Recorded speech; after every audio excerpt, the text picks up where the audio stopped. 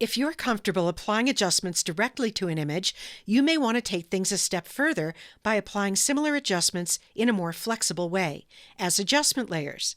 You can use this image from the practice files for this tutorial to follow along. Over in the Layers panel, make sure you have the layer selected above which you want your adjustment layer, keeping in mind that an adjustment layer will affect all layers beneath it by default. I've selected the top layer here, which contains this small photo of a bouquet. Now let's add an adjustment layer. One way to do that is to go to the bottom of the Layers panel and click this icon, the one that looks like a half-black, half-white circle. The menu that pops up contains many of the same adjustments that you can apply as a direct adjustment from the image menu at the top of the screen. But applying them from here as adjustment layers gives you more editing flexibility and protects your original photo from direct changes. I'm going to choose the black and white adjustment layer. That did two things.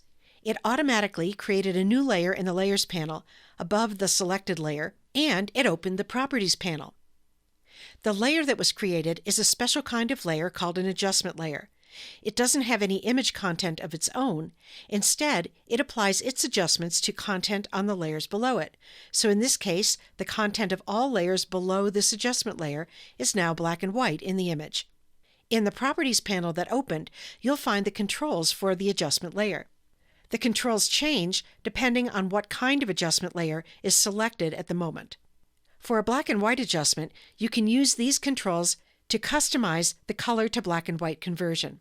Each of these sliders will lighten or darken areas in the black and white that were a particular color in the color version. For example, to make everything that was yellow in the color image brighter in the black and white, drag the yellows slider to the right.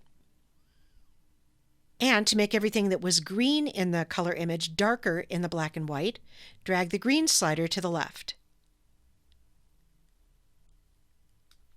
When you're happy with the way things look in the image, close the Properties panel by clicking the double-pointed arrow at the top right.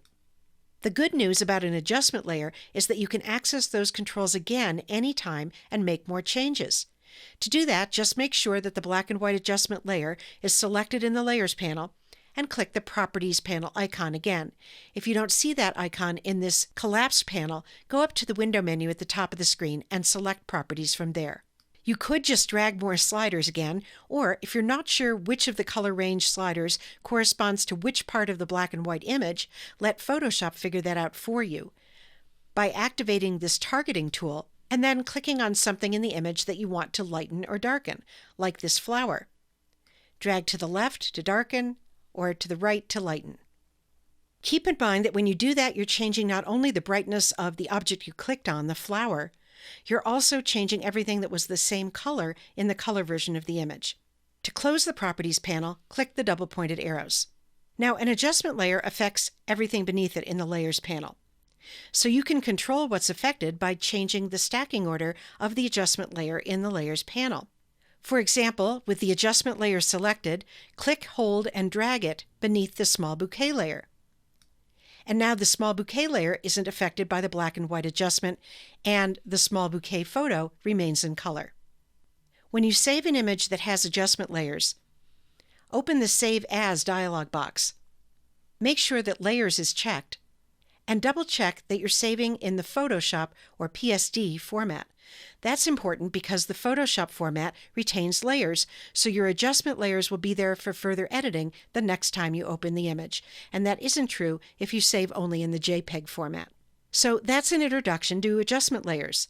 The most important points to remember for now are that using adjustment layers will protect your original images from direct changes and will help you to maximize your editing flexibility.